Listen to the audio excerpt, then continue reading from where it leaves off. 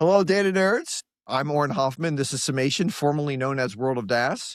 My guest today is Tod Sacerdoti. Tod is the CEO and co-founder of Pipedream, which recently sold to Workday.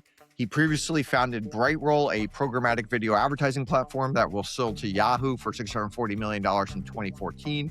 Tod is also a general partner at Flex Capital, where he's invested in over 400 companies, including AppLovin, Chime, Vercel, Replit, CodeRabbit, Mercury, and many others. And he happens to be my business partner for the last 20 years at Flex and many other ventures. And he's one of my closest friends. So Tod, welcome to Summation. Thanks for having me and finally get to be on the pod. It's awesome. I'm really excited to dive in. And we're going to start talking about just like seed at scale. Like why the focus on seed stage investing? I mean, I think fundamentally seed investing has always had the highest annualized returns of any asset class within venture. And so it's where everyone would like to put the majority of their capital if they could. And obviously the reason is because you're investing earliest at the lowest price and you get the largest ownership for the smallest check. And so if you can get in the, marquee companies, then it's the single best place to be. It outperforms Series A, it outperforms Series B, it outperforms Series C. Why do you think it does outperform? Because you have so many that do go to zero. Obviously, you occasionally get 100x or more, but why does the math work out usually? Well, I think first and foremost, each additional round in venture today gets more competitive because more risk is removed from those businesses. And I would say that you just think of all the tooling that has been created around investing over the last 20 years, it's easier and easier for people to identify companies that are breaking out. So essentially any company that has any traction could be as little as a large number of credit card swipes in a platform like Ramp, can identify a company far earlier than it could have at any time in its history, all the way towards the more obvious and at scale identification techniques. So each one of those rounds is becoming more competitive and you would argue sort of priced more efficiently.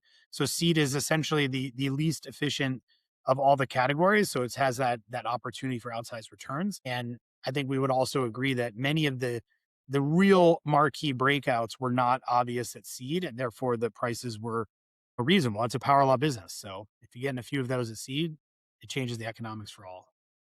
So few VCs, almost like none of the super well-known VCs do seed investing. Like, is it just because it's so operationally hard to do? I mean, I think there's a lot of reasons they don't do it. I'd say, well, first of all, it is absolutely operationally challenging. You need to see far more companies, probably 10 or 25 times as many as you would at a sort of a later stage firm. Obviously, you're saying no a lot. And so that's just extremely meeting heavy and operationally intense. I would say second of all, you also have to have access to those entrepreneurs to even have those conversations in the first place. Maybe 20 years ago, you could get a large chunk of those meetings just by sending out repetitive emails. Like that obviously doesn't work in today's market. Um, and so I think access becomes like a huge problem. And then I think third, which might be like the cornerstone reason, is just most of these funds net today are large and they need to put a lot of capital to work. And, if you're ready, even a large seed check today, say a couple $1,000,000, you can just do the math. If you have $1 billion fund, you have to do a lot of seed investments to fill that fund up. So most venture investors just standardize on, we'll take fewer meetings, we'll write larger checks, and we'll take larger ownership in fewer companies. And that seems to have been the most standard model pursued by larger firms today. So these venture firms also, they've got an ownership requirement. Walk Absolutely. us through like why it's hard to have an ownership requirement in seed stage. Well, I mean, I think most folks who are raising the seed rounds won't allow any individual investor to take, enough ownership to meet the ownership requirements of most venture firms. I mean, I think that has changed over time, but standard is kind of around 20%. I've seen folks, dip down to as low as 10% in some of the more progressive firms. But at most seed deals, people are raising from a large number of individuals. They don't want a standard single investor with 20% ownership at that stage. They might also want more control of, sort of that round and maybe the sizing of that round. So it just has different dynamics at seed than pretty much every other subsequent round. Yeah, typically they're raising $3 million or something, and they have a bunch of folks around or putting in some sort of safe with a cap on it. And in some ways, it's almost if you can get a lot of ownership, it probably means it's not a very competitive round. Like there's not a lot of demand to get into that round. And that may be saying something about that particular company. Yeah, I mean, I just think of my own startups. Like when I raise seed rounds in those companies, I don't try to think if I would ever have let a venture investor take ownership of that amount in the initial round. I would say probably not, because you're at a stage where you need help. You need people that can contribute to the Yeah. business in different ways. You're not ready for, a board seat from a traditional venture firm having that like operational cadence. So I think it's unique that you would be able to do that at the seed stage. Flex does you roughly, I'd say 50 seed investments a year. That's like one a week. It's a pretty high volume. Why do it at that level of volume? Well, I mean, it comes down to this concept of seed at scale, which is if you're doing far less volume than that, then you're just irrelevant as a percentage of the seed asset class, and you can't build a sizable fund. The economics of the fund look better when you have a larger number of seed investments, because the entire business is trying to get in a few of the power law outcome investments. And if you do a small number, let's say 10 or 15 a year, and you do that over a 3 or 4 year period, you can just do the math. The odds that you're in one of those companies mathematically is just actually quite low. And so, given the power law returns of those few massive outlier companies, you need to have enough investments where you have a higher likelihood of getting in one of those companies.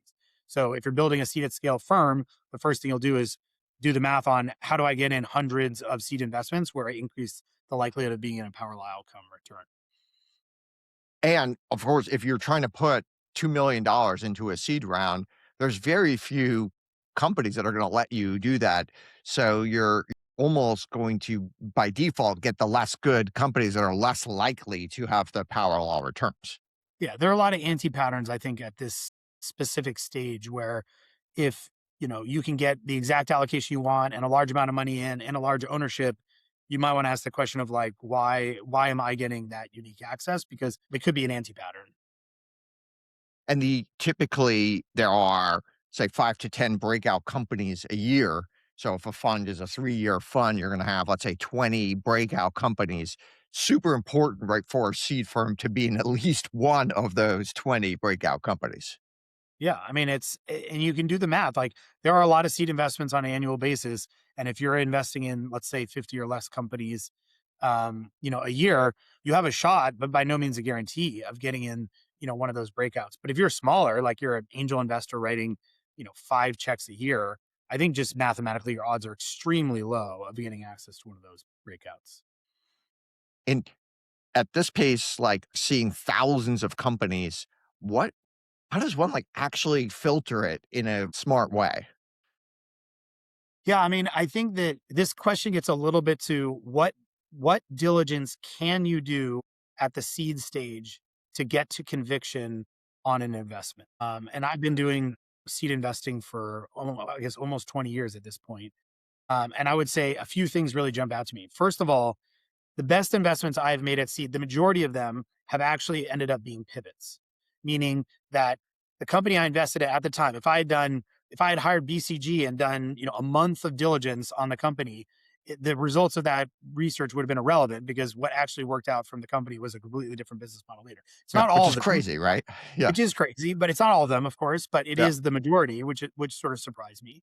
Um, and so I think that just calls into question like, what is the decision making process to make a seed investment? And over my career, it has landed on it really comes down to the actual individual founding team that's starting that business more than anything else, more than the market, more than the product. It's a bet on people. And at that stage, there's such little information about the performance of the business in most cases that there really isn't much to diligence outside of maybe the TAM or the category they're in. And so I think ultimately it comes down to the way you operationalize this is you know, shorten your decision making process. You do a lot of pattern recognition on founder quality and sort of the origin story of the team and the business and how it came together. Um, and you find a way to scale that. Basically, that's the only way it can be done. If you take a week per company to make a decision, you have no chance of doing 50 deals a year. And how obvious is it, like, when you meet a high quality team? Is it, okay, if we've got 4 or 5 people on our investment team, are we mostly agreeing that this founding team is really exceptional, or is there a lot of divergence? I mean, my view is at the seed stage, one person should think that an individual or founding team is like a superstar or a unique Exceptional. Yeah. exceptional. It's not really the goal isn't to get consensus at the seed stage, because you're really looking for these anomalous situations where, a founder has a unique insight or unique experience, or, has built a product that has unique distribution. It's all about these anomalous outcomes. And so I think it's not about getting five people to agree that someone is unique. It's really about one person being convinced that someone's a true outlier. I think that I would add that what's changed in, let's call it 2026 versus, 10 years ago is 10 years ago, if you found somebody who you thought was an outlier or a team that was an outlier, you would almost universally invest. And what's changed today is that, seed prices can be so, I don't want to use the term outrageous, but I would just say so high out of the gate because of like just the overall perversion of capital going into AI startups today, that I almost feel like there's a two-step process more. So like 10 years ago, if I met an amazing founding team, I would invest regardless. Like I didn't even need to know the price. And there were times that I would just commit without even knowing what the price was. You Right. know, It was uncapped back then. You'd have these uncapped notes or something, right? yeah, Yeah. but I would say even if they weren't uncapped, I didn't need to know the price because I knew it would be Yeah. reasonable. You're like, I'm in. Yeah.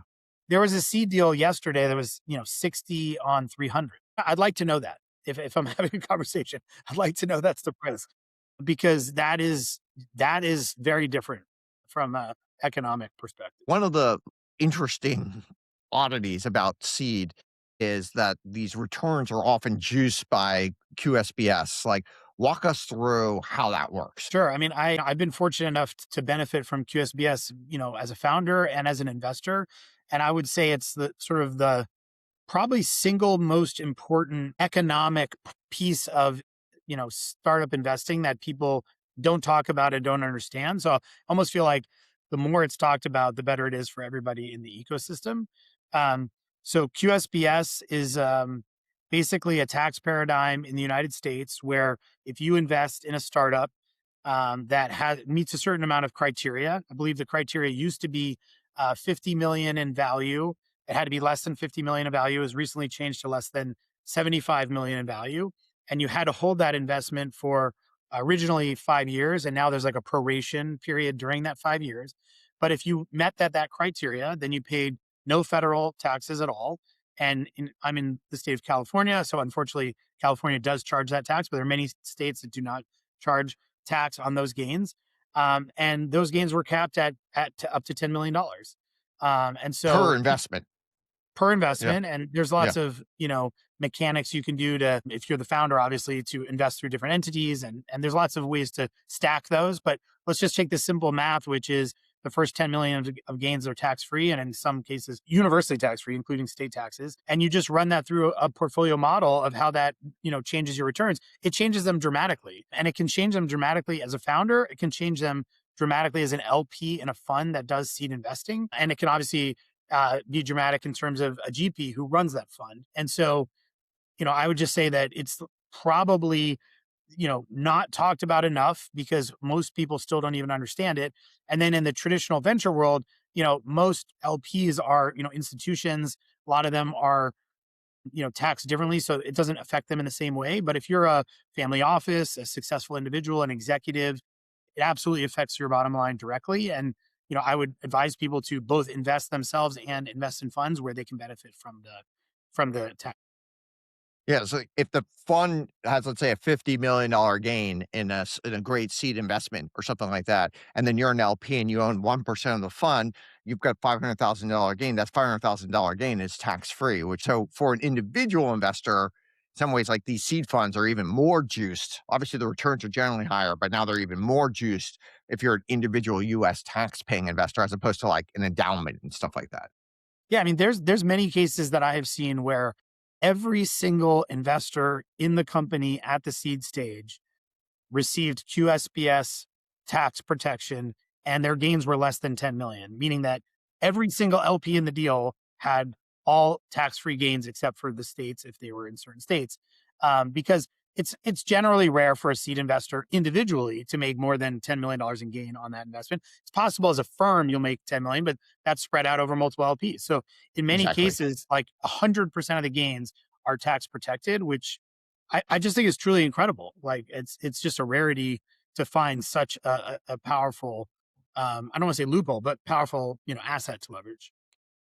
To do seed at scale, like if you just think of it as a funnel, like the first part of the funnel is you have to see all the good deals that eventually become good deals. The second part is you have to be smart enough to invest in them. And the third is they have to be willing to take your money. On the first part, like how does one see as many of these deals that eventually become those power law deals? Yeah, I mean, I think that if I were to describe the single best seed investor in the world, like the archetype, it would be a founder of a company in an important emerging technology category that other people starting companies respect.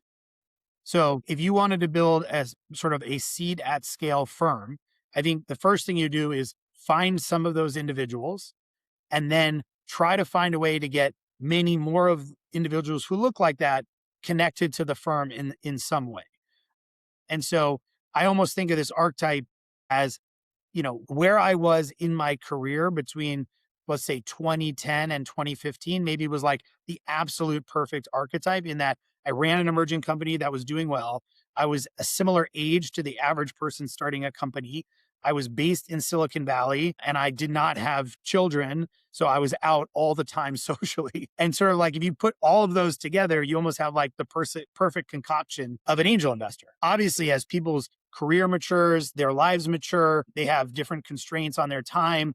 I think, and the category they're in becomes either more important or less important. People as individuals fluctuate through that sort of angel investor archetype. But if you can find a way to aggregate tens or hundreds of those individuals, to bring deal flow together, that would be like the single greatest seed at scale model you could create. Obviously, the biggest trend that's happening right now is AI. Um, is AI, is that a tailwind or a headwind for seed? I mean, I think AI is a tailwind for, like, I think literally today, like I was thinking about this on a call earlier this morning. I think today is the single best time to start a company in my entire career in Silicon Valley. And so Why is that, that? Why do you think so? Because it's because I you think it's can build because, more quickly and get to product market fit faster, and you can. well, I would say that to me, there's a few reasons. First of all, like the single biggest challenge in building a software company, in my experience, has always been hiring great engineers.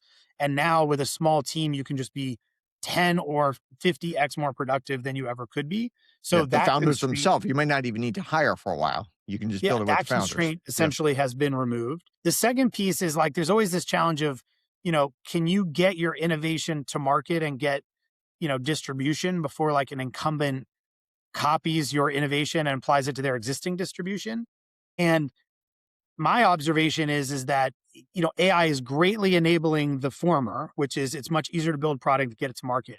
I have yet to see traditional companies outperform startups in terms of like innovation speed, even remotely close. I'd say most of the emerging innovation is coming out of private companies and small companies in Silicon Valley. So I think that the market for disruption is greater than ever.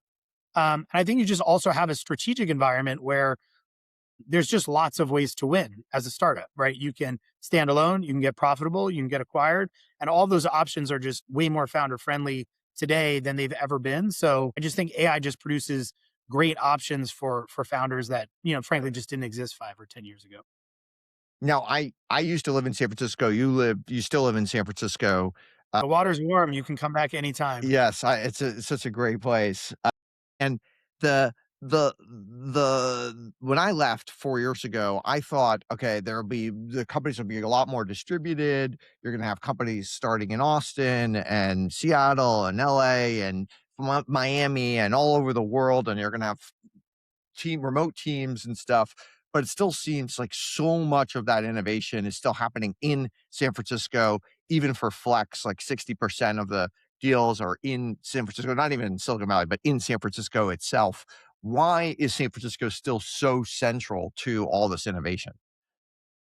I mean, I feel like I have a public service announcement to deliver, and that public service announcement is Silicon Valley is the center of the tech universe. There was a period of time where people thought that that either was not true or was no longer going to be true, and that is incorrect. Austin is great, Miami is great.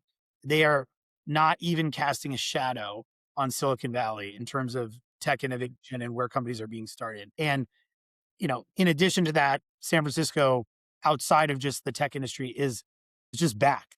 There's more energy, there's more excitement. Downtown's looking good. It's safer. Like everything is positive in San Francisco at the moment. So that's my sort of PSA for your audience. Underneath that, I would say that there is benefit to proximity.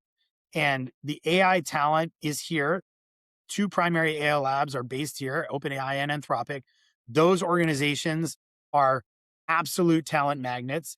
And then every company that is building on top of those models wants to be close to those companies. And it's not just like I need to physically be near Anthropic's office. It's when I have a meeting, I have a meeting with those teams. I can have meetings with teams that are also meeting with those model companies. I can go to their offices. I can see what they're doing. And, I can share ideas at coffee, at lunch, at a cocktail party. Like these things are just completely self-reinforcing. It's always been Silicon Valley's advantage to have that proximity. But I would say now it's as prominent as it's been in the last 25 years. And I actually see it getting stronger because I think people are more likely to move to San Francisco now than they were maybe as far back as like 2015. There was a period where it waned a bit. But right now, if I talk to a founding team, they are most likely moving to San Francisco in the near term. Is there a sense now that companies, because they're using all these AI tools, might need less funding in the future? Or when they do need funding, they're raising billions of dollars and it's a different kind of level of capital? Yeah, it's a really good question because my theory had always been that companies would need less capital. But what appears to be happening is two things that are sort of running counter to that. One is the companies that appear to be growing the fastest generally are companies that are actually leveraging the models in some like direct way.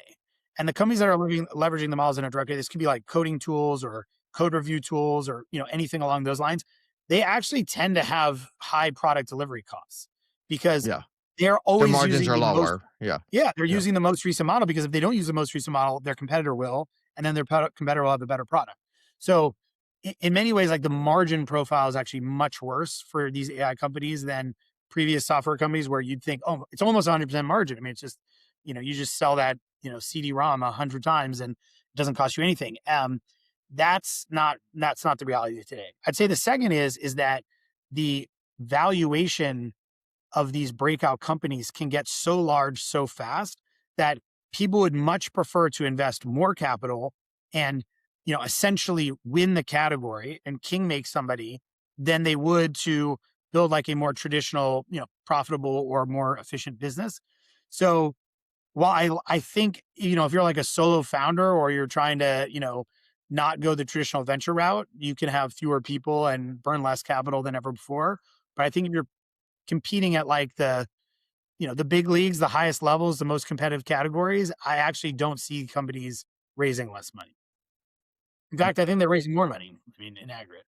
One thing that seems to be out there is just the level of competition in every piece of the stack, everywhere, from the most cutting edge AI models all the way down to some random skin on top of an AI is just insanely intense. The customers are so high. They'll happily move to someone else's product, even if it's just like a little bit better. So it's really hard to build a business because you just have to be running so fast all the time. Are you seeing something similar? Yeah, I mean, I'm a little concerned for what I call like the first generation AI companies. And that's basically like companies that were built on top of the models and they were building feature sets where the models didn't have capabilities. And the argument was, oh, as the model gets better, my product will just get better. And that was the sort of shared thesis of many of these companies. And I actually thought it made a lot of sense, which is, you just kind of build these what feel like edge cases around that are unique to your vertical or your industry, your customer set. And then the model gets better, your product gets better. And I think what people didn't fully appreciate, and I definitely didn't appreciate, was that the acceleration and the capability of these models would actually start like, if you think of it as concentric circles from the core, they would just start eating these adjacent concentric circles like faster and faster. So now, like you look at coding agents, for example, like how fast people moved to Cursor and how fast people moved from Cursor to Claude Code has just blown me away because I thought once Cursor has, an embedded customer base, like it's game over.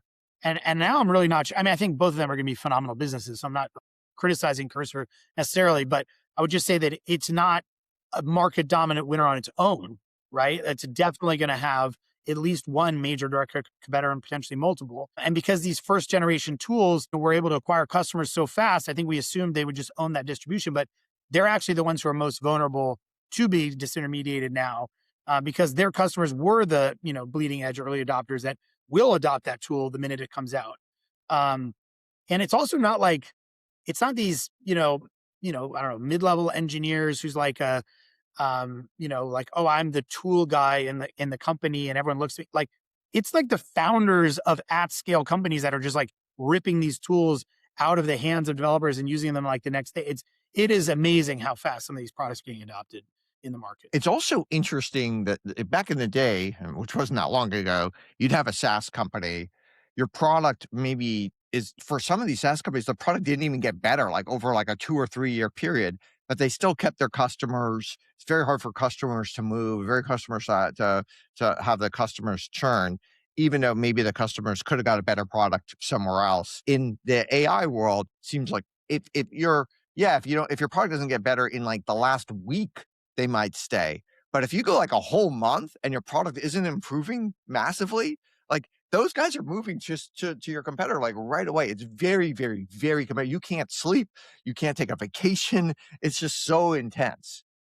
Yeah, I mean, I've been using the analogy lately of like tech competition feels much more like professional sports now than it ever did. Like maybe over the 2010s, it was more like, D1 sports. And, maybe before that, it was more like high school sports. Like it is optimized to a degree that it was almost unfathomable, a decade ago. And that's at every level. That's at the engineering level. That's at the product level. That's at the company building level. It's at the venture level. There's really no pocket where you can say, "Wow, this is really like amateur hour." It is fierce competition all the way down, and I think it's because the stakes are so big now. What is a what what is a could be a gigantic seed fund? Like could you have $1 billion seed only fund? I mean, I think about it on like a math basis. Like, let's say you put $1 million in every seed investment. $1 billion Which fund is would be a kind of the thousand. upper limit, right? It's really doubtful you could even get that kind of allocation in most Yeah. of the best companies. So let's just, I don't know, let's say maybe it's reasonable to start. Maybe 1,000 companies. What would you have to look like? Like, are there is there a process where you could evaluate and invest in 1,000 companies in a 2 to 3 year period with the same level of like confidence that back to our angel archetype Yeah. would? Um, I feel like that's probably towards the That would upper limit. seem very unlikely. Yeah. Yeah, Yeah. it seems really I high. feel like Yeah. maybe it's in the 4 to 500, maybe is like the true max if you scaled it. And then maybe you can't put 1,000,000, you can only put 500,000, at least in the first. Maybe you can put it later, but in the first check, and then you could later invest in the Series A, Series Bs of these companies. Yeah, I mean, maybe in my upper bound calculation, I'm also thinking about a world where startup creation continues to grow.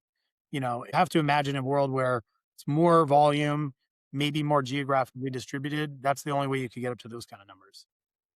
And in seed scale also requires kind of relationships at scale, managing because you have to add value to these companies. What does it mean when you're doing 150 investments in a fund? Like, how does one manage all that? Well, it's funny. Like I've said this to many people, which is I think you individually know more people than anybody I've met in my entire life. And it is a unique skill set to be able to manage relationships at scale. Seed at scale is relationships at scale. Yep. So Yep. if you're capable of managing a large number of relationships, you could be a candidate to do seed investing at scale. There are different types of people. Some people have small number of relationships, incredibly deep, right? And some people have a large number of relationships that are as deep as you can be given the number of people that they're interacting with. And different people are good at different ends of that spectrum. I would say that anyone trying to tackle C to scale needs to be someone who can manage a large number of relationships. And I would say, again, I think the world of you in general, but as it comes to managing a large number of relationships, you are a true unicorn. One of the ways to get a lot of deal flow is to get the people probably know the best founders or other founders. right? And so if you invest in a founder, you want to give that founder a great experience for many reasons. Obviously, you told them that when you invested, and then you want to get more allocation later, so you want to help them. And then the more you help them, the more they're going to refer you to other deals. How does one like build out that flywheel of like helping all these founders at scale? Yeah, I mean, my experience as an entrepreneur, going through the venture capital ecosystem, there are lots of different types of firms, and I would say lots of ways to win. But the ways that I resonated the most with me were firms that were building communities of founders, and the communities of those founders would essentially help each other. Because no matter how good you are as an investor, like there's just an unlimited number of things in company building that you're not facing right now and you can't help with right now, right? Like if I were advising somebody on hiring a chief marketing officer, I've done that in the past. Have I done that in the last 6 months? No, I haven't. Have I done that in the last 4 years? No, I haven't done that. Right. But there's probably a founder in most portfolios that did that last month. Right. And so you just multiply that exact situation by the areas of starting and running companies. It's really unlimited in the areas you could need support.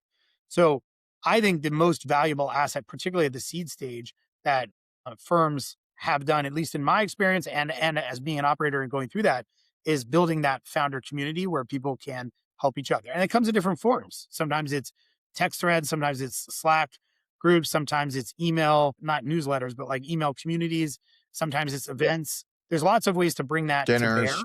Yeah. Yeah, dinners. But I think that it's what is maybe underappreciated is that it becomes really self-reinforcing. Like when I raised my Series A from True Ventures in 2006, I don't think the firm had done more than 10 investments.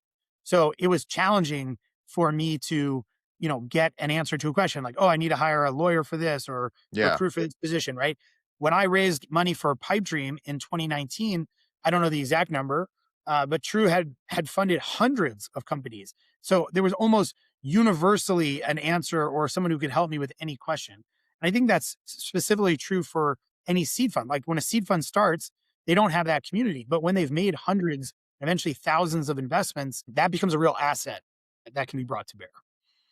Let's also chat about like how does one we're learning a lot about how you be friendly to your founders, how do you help the founders? How does one also be LP friendly? Like so many, like for instance, so many funds charge fees to the fund versus charging fees to the management company. How does one kind of think about how to be LP friendly?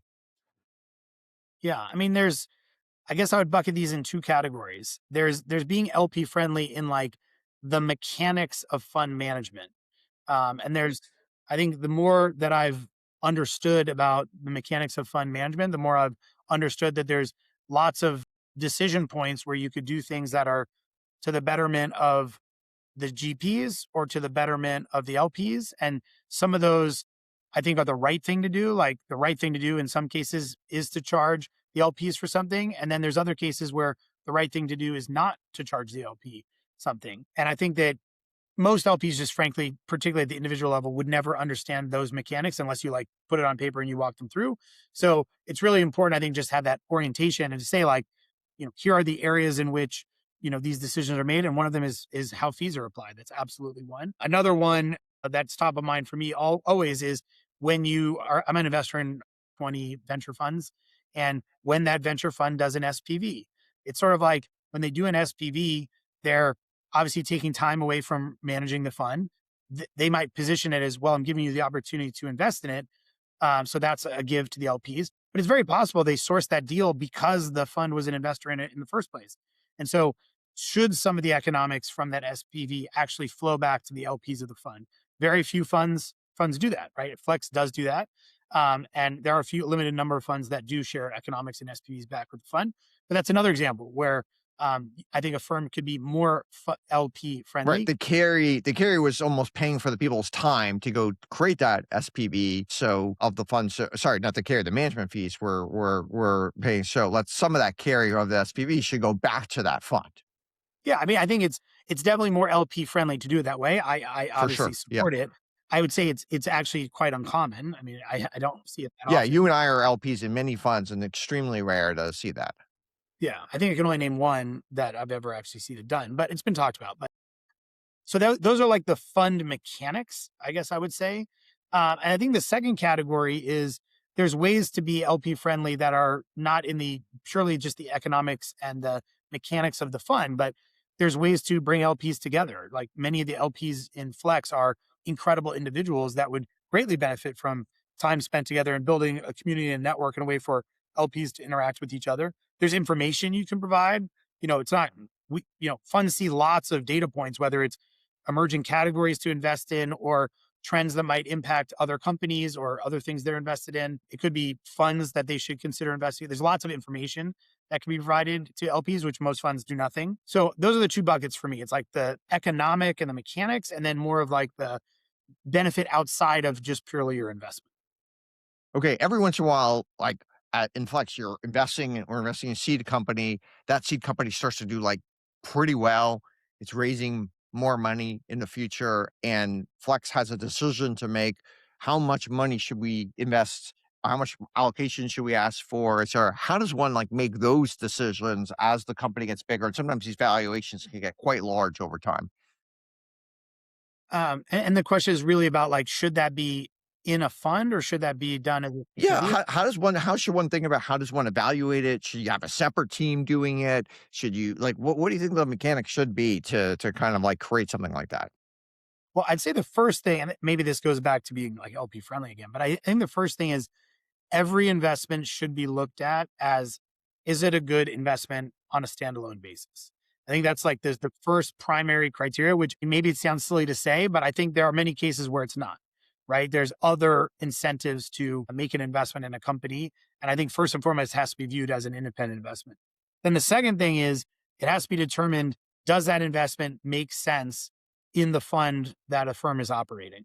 So reasons it might not make sense. Maybe it's too large. Maybe it would represent too large a percentage of the fund. Maybe the valuation is too high. The fund is focused on seed and series A, and this is, a series B, series C. It could be that the company has essentially pivoted and it's no longer in a category that makes sense for that fund. Maybe the fund is focused on SaaS and they're doing something consumer. So I think the second question is like, does it fit in the fund? Yes or no? If the answer is yes, and it's obvious, it's done in the fund. If the answer is no, then the question is, does it make sense to do as a standalone vehicle? Obviously, that can have, economics shared back with the fund, but then that would be a standalone, SPV raised independently. Um, and I think that would be the logical outcome if, both it's a good investment and doesn't fit in the fund, then I would land on category three. And you recently wrote about the founder code, some sort of unwritten set of rules in Silicon Valley. What are the non-obvious parts of the founder code that might take people years to figure out? Yeah, I'm pretty passionate about the founder code, and I do understand that not everyone agrees with it. So I think it's fair to have a debate about what is in the founders code, and maybe is it guidelines or is it more ironclad rules? But I mean, to me, the foundation of the founders code is when you take people's money to go start a business, you're agreeing to like a set of behaviors that are well understood by both founders and investors. Nobody sat me down and explained this to me. This was like observed behavior over many years. And I would say this is similar to the culture in a company, right? Like not everything is written down. You understand the rules of the road. So for me, an example of that would be if I'm raising a seed round and I talk to you about investing and I tell you the price is $15 million. And then the next day I go meet with somebody else. I tell them the price is $10 million.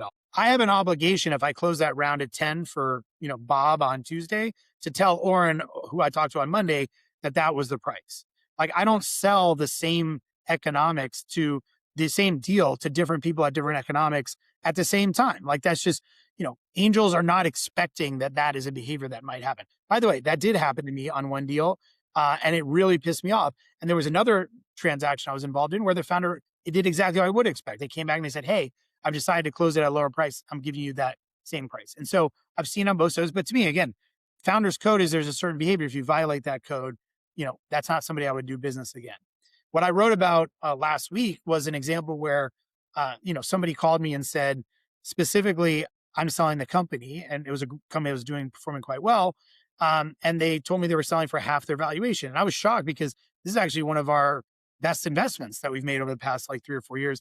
company is doing well, growing fast. You know, I'd say top 10%, maybe 20 percentile in terms of growth. And I was like, oh, so it sounds like you're giving up, right? Like you would only sell your company for half of the valuation if you were giving up. And the founder said, yeah, I'm going to go start an AI company. And I was just reflecting, like, I literally started an AI company less than, 18 months ago inside my company. I didn't like give all the money back and then start a new company with a clean cap table and like, I don't want to say take advantage of, but like just basically sell my investors down a river and then go raise from new investors. Like to me, that was an anti-pattern. And so I would put that in the founder's code. Like if you raise money, start a company, it's going well. You don't just abandon it to start another company. That's just not how you behave in Silicon Valley, in my opinion. What you've kind of also written a lot about founder compensation being broken, and you and I actually talked about this on a podcast back a few years ago. What should a new founder understand about founder comp and like when that becomes out of line, how to ask for more comp, et cetera?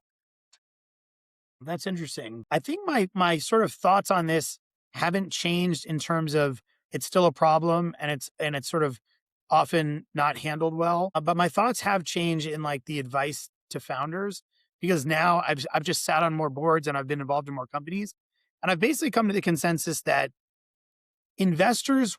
And this is probably my maybe most controversial statement, but investors will never approach a founder about paying them more money. In my entire career, I can think of it less than 5 times that it happened.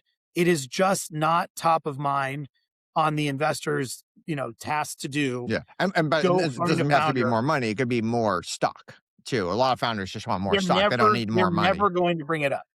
Yeah. And I actually don't think it's like bad intentions or malice.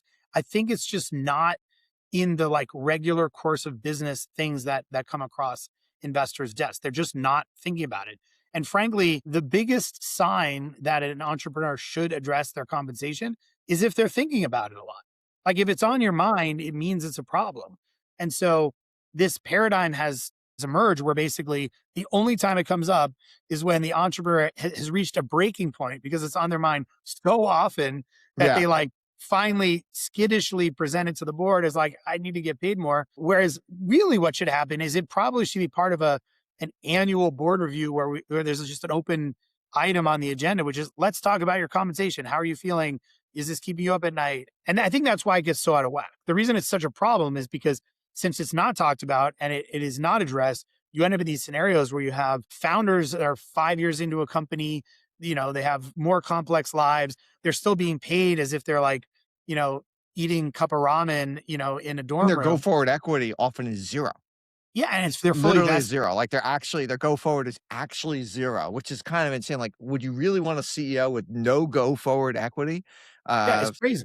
It's absolutely crazy. And to make it even maybe more crazy is that I think in almost every case, the investors would be totally fine with the founder getting more compensation.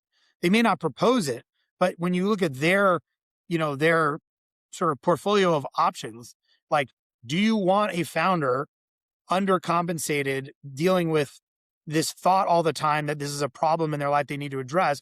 Or do you want somebody who's like a Motivated. maniacally focused on Yeah. building the biggest possible company? Like as an investor, you will always choose the latter 100% of the time.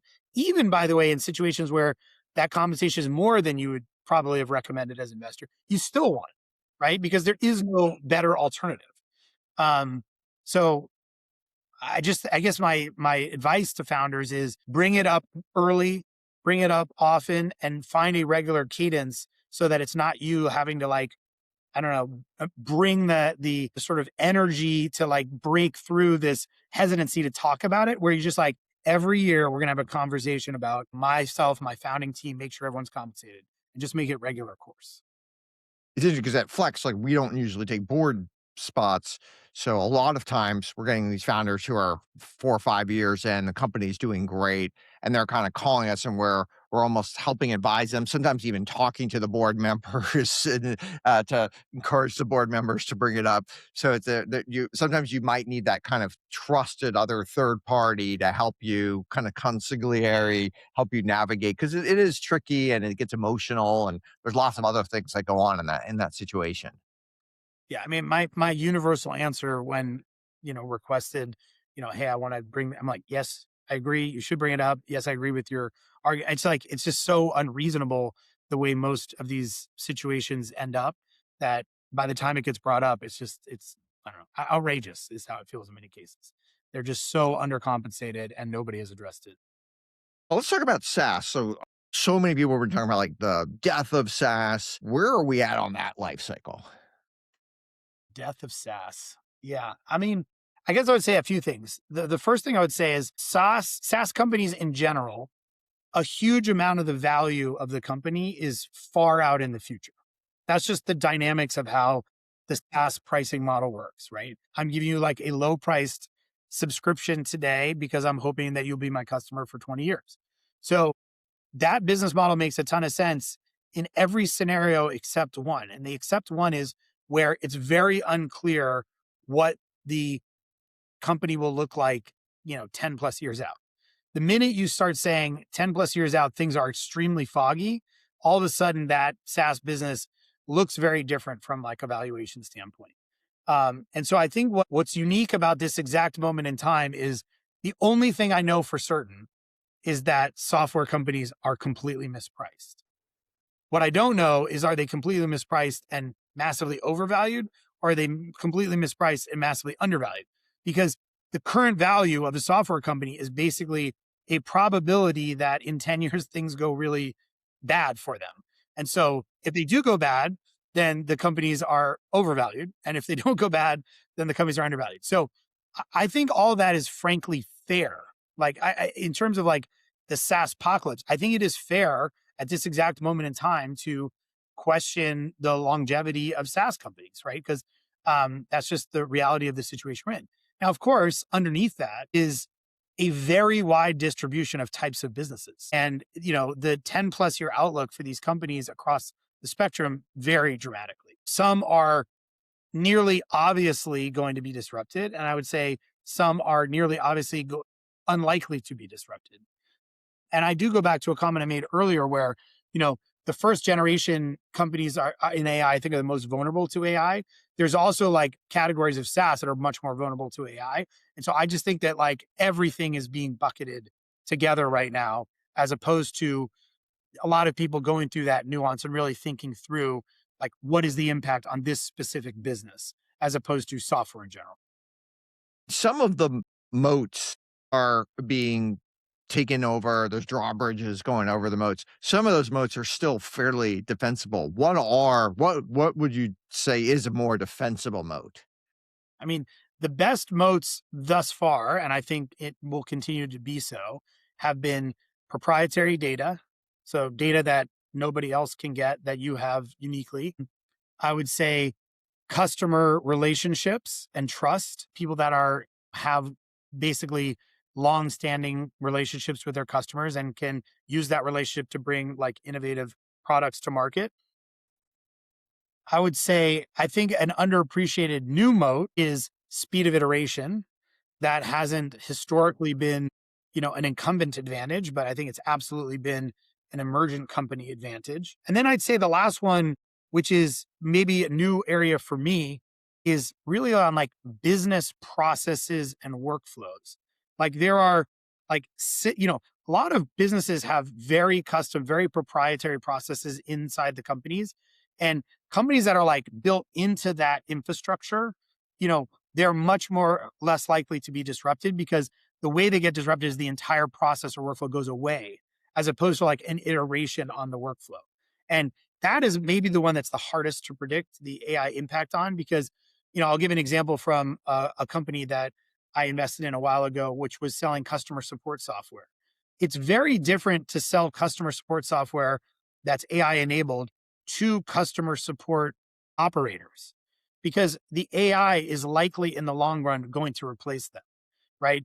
If you eventually sell that customer support AI software to the chief operating officer of the company and you convince them that they can fire the entire customer support team, that's a very different conversation. And that's a very different binary level of disruption Yes. where Yep. you take an entire workflow and you remove it. And so I think that's the hardest to predict. And I'd say that people have actually been quite bad at predicting which internal business processes and workflows can be replaced. But I'd say the other areas have been easier to see the disruption coming. MCP, Model Context Protocol, is the Anthropic's kind of attempt to standardize how AI systems connect to data sources and other applications. What are your thoughts broadly on MCP? God, MCP, such a broad topic. Thoughts on MCP. My first thought is, in my entire career in Silicon Valley, I've only seen a couple of standards adopted by a large number of technology companies in a short period of time, and then adopted by the entire industry. MCP is one of them. I would say Open API spec was another one. Real-time bidding was probably the third, but they're actually quite rare. They're And MCP super may be the rare. Yeah. most impressive. So I give both of the team that created it and Anthropic in aggregate just enormous credit for what they created. I guess I would start with that. I would say second, I think MCP is here to stay. I think it'll be part of the AI ecosystem, but I do not believe that it'll solve the majority of sort of integration and middleware type problems within AI. I think it's being hailed as like the holy grail and it will solve all ills. And so a lot of people, frankly, and we saw this at Pipedream, a lot of people just say, we're stopping development on anything integration related because we just see MCP will eventually solve the problem for us. And there are a lot of things that it doesn't solve today. MCP is a standard, but how it's implemented in companies varies widely. Some companies have very broad API support within their MCP server. Some companies have very limited API support within their MCP server. We operate thousands of MCP servers at Pipedream. I would say there are certain cases where the company's MCP server is dramatically better than ours. Like ours pales in comparison. And there are certain cases where ours are superior, and you shouldn't have a third-party MCP server superior to your internally built one if I think you're really committing to MCP broadly. So I think there are going to be lots of cases. I'll give you just a few examples in the enterprise land, but a lot of enterprise companies have things around data residency. Where is my infrastructure running? And the minute you get an MCP land, you pull a tool from some third-party app. It's like, I've just outsourced my auth management, my infrastructure, my data residency to some third party that I may or may not have any transparency into how they're applying those same standards. And I don't think it's in the MCP ecosystem's interest to solve any of that stuff in the immediate term. But as I've seen MCP implemented across hundreds of companies at this point, I don't see any move towards, okay, we need to create much deeper standards for those types of issues. I think it's going to be the consumer, simple actions, things that a chatbot would do, rather than true enterprise workflows that are deterministic being built on MCP anytime soon. That's my current perspective. Now, what tools are you personally using in your personal life or your work life that our audience could benefit from understanding, or maybe workflows that you're doing? Yeah, I mean, I almost feel like no matter how much AI I use in my on a daily basis, I feel like I'm 10% of where I should be. So I don't even consider Yeah, myself I 100% agree a with that. Yeah. glaring example of I have massive jealousy of, someone in college that is preparing to look for a job. Everyone says, oh, it's going to be so hard to look for a job because all the, low level white collar jobs are going away and knowledge is going to be free. But I'm like, those individuals have the time to spend 8 hours a day using AI tools to be productive. And I am so confident that in a 6-month period, they would dominate me in daily productivity. So I can share what I'm currently using, but I'm in no way where I would like to be on that. I have been using Claude Cowork more than I ever have before. Obviously it's a new product, but I'm still trying to figure out exactly how to integrate it more regularly as opposed to a dedicated effort. I just want to be part of my daily workflow. I have not tried OpenClaw yet. That is that is on my list, but one of my regrets. I'm sure by the time this podcast comes out, you will be an expert in it, because I can see you, but going through all the way down. I have the a rabbit lot hole of on that. automations through, I use Pipedream, but you could use any of the, sort of workflow builders from the least What do you do? technical. Obviously I assume you're a Pipedream expert. There's all these people out there that use Pipedream, or old school would be a Zapier or something like that. What are you doing in the automations that maybe someone hasn't thought of? Interesting. Somebody hasn't thought of it. I mean, to me, the most people should start not on the things that people haven't thought of, but the things that people have thought of, but they're not doing.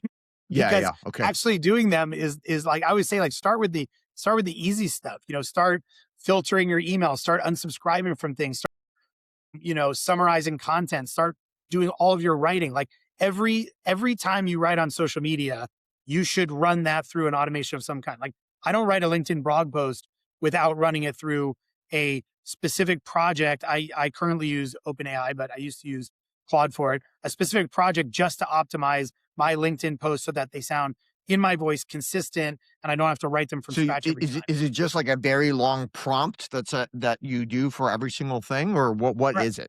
So, well, my project for LinkedIn specifically is a collection of posts that I think are world class.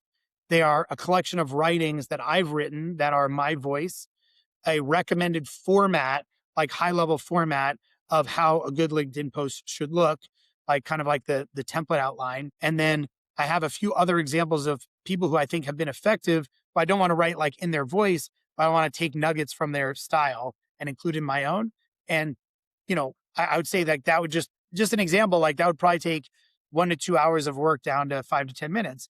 And so those are the things that I think people should be focusing on now because they're the most accessible.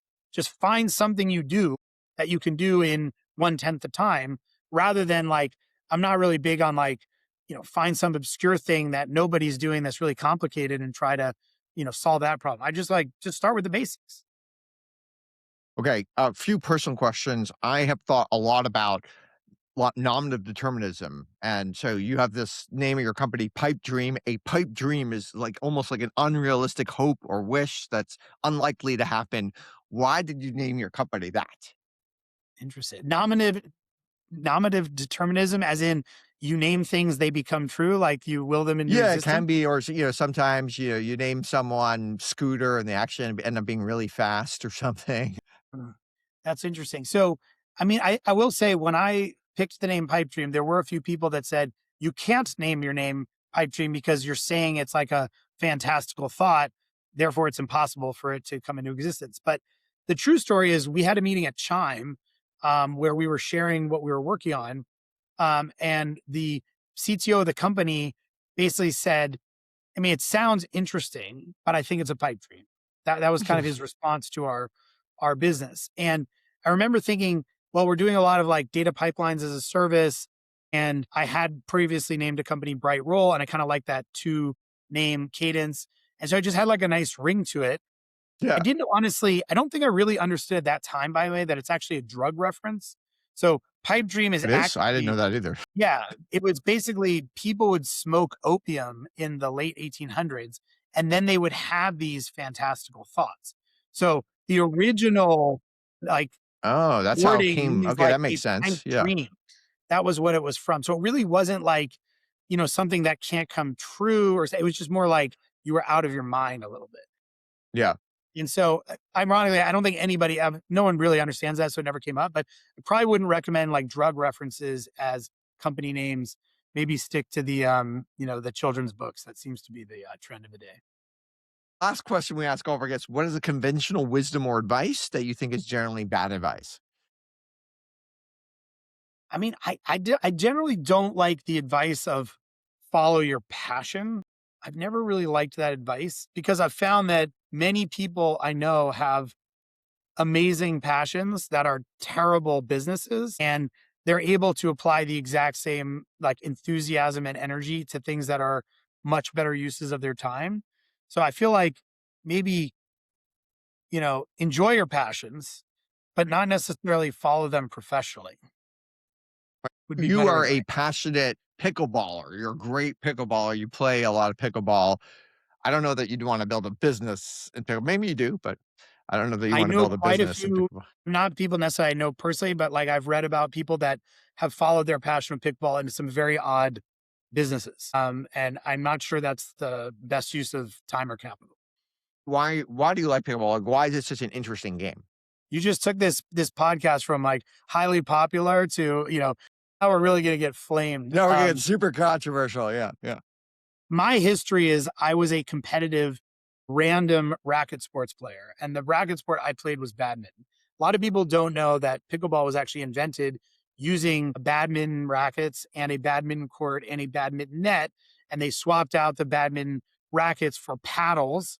And eventually that became pickleball. But it is to the square inch, the identical court size as a badminton court. They eventually lowered the net, obviously. So to me, it fits exactly within a paradigm that I've always participated in, which is random racket sports.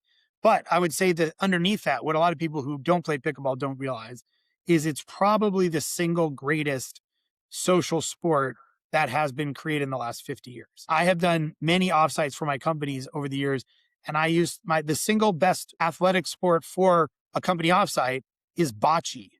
And the reason is because you get 4 people in a very close space and they get to hang out for 15 to 20 minutes. And there's something about that cadence. 4 people, limited amount of time, socially interacting, and then switch. And pickleball gets the exact same dynamic. You can meet people very quickly, build relationships, feel part of a community. And you just can't get that playing pick up basketball or tennis or other things in the same way at the same velocity. So I think it's the secret sauce of pickleball. One of the things I find is that almost always when I'm at a pickleball court, everyone else on the court is smiling and laughing. It's like the weirdest sport that everyone's just having a good time. Yeah. I have been told, to be fair, that I need to smile more. So I've tried that. And then I was told my smile was getting a little creepy. So I haven't found the right smile balance, but maybe you can help me with that.